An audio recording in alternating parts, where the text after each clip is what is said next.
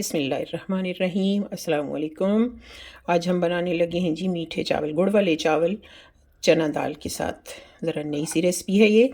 मैंने भी बहुत दफ़ा तो नहीं बनाए, ट्राई किया था तो बहुत अच्छे लगे। हमारे इलाके में नहीं बनते, बचपन से तो कभी नहीं खाए थे।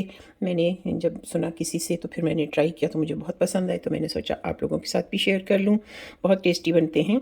तो इसके लिए मैंने ये तकरीबन 1/4 कप ऑयल ले लिया है, जिसमें 2 छोटे-छोटे टुकड़े जो हैं वो दालचीनी के डाल दिए हैं। चावल मैंने 1 कप जो है वो बॉयल करके रख लिए हैं। ये 1 कप लिया था मैंने, जो काफ़ी मग होता है ये। और फिर उसी के हिसाब से मैंने 1 कप चावल और 1 कप शक्कर ले ली।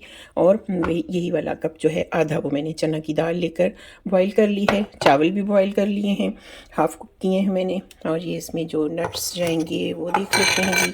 किशमिश है, सौंफ है, और ये बादाम, मूंगफली, और ये थोड़े से काजू हैं साथ में।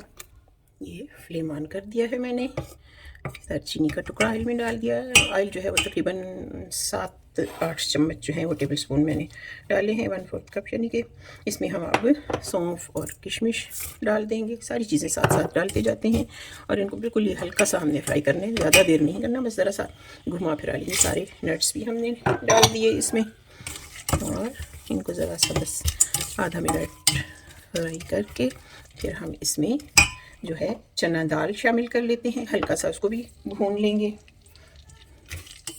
ये शक्कर जो है वो बहुत अच्छी साफ़ सुथरी शक्कर है, इसलिए मैंने इसको अलग से शीरा नहीं बनाया इसका। बस इसी में डायरेक्ट डालकर पानी डाल दूँगी तो तैयार हो जाएगा। अगर ज़्यादा वो गुड़ हो या मिट्टी वाली शक्कर हो तो फिर उसको अलग से शीरा बनाकर उसको छान लें, ताकि उसकी मिट्टी वगैरह जो भी गंध हो उसमें वो निकल जाए। लेकिन ये मैंने यूज़ की हुई है तो बहुत अच्छी साफ़ सुथरी है, इसमें कुछ भी ऐसा नहीं था कि जिसको मुझे अलग से करना पड़ता, छानना पड़ता इसको। और ये हो गए हैं जी, नट्स फ्राई हो गए हैं। अब हम इसमें दाल, थोड़ा सा नारियल था मेरे पास, ज़्यादा था नहीं, वो भी मैंने डाल दिया। अभी नट्स जो हैं वो फ्राई हो चुके हैं।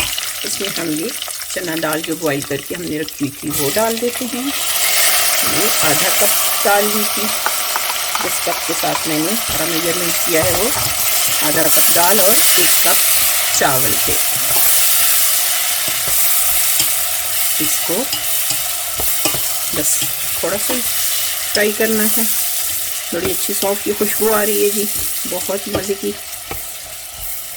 तो अब हम इसमें शक्कर शामिल कर देते हैं। 1 कप शक्कर और आधा कप जो है वो पानी का इसमें जाएगा।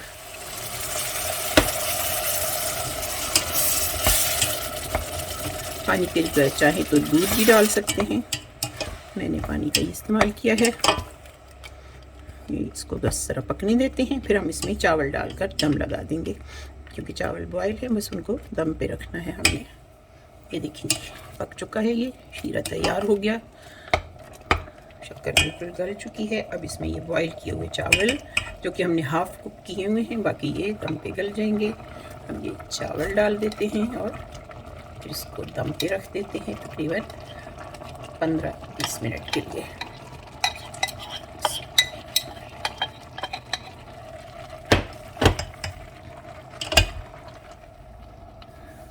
वैसे तो इसमें बड़ी अच्छी सौंफ की खुशबू है और किसी खुशबू की ज़रूरत नहीं, लेकिन केवड़ा वाटर भी बड़ा अच्छा लगता है इसमें, तो मैं इसमें ये केवड़ा वाटर डाल रही हूँ।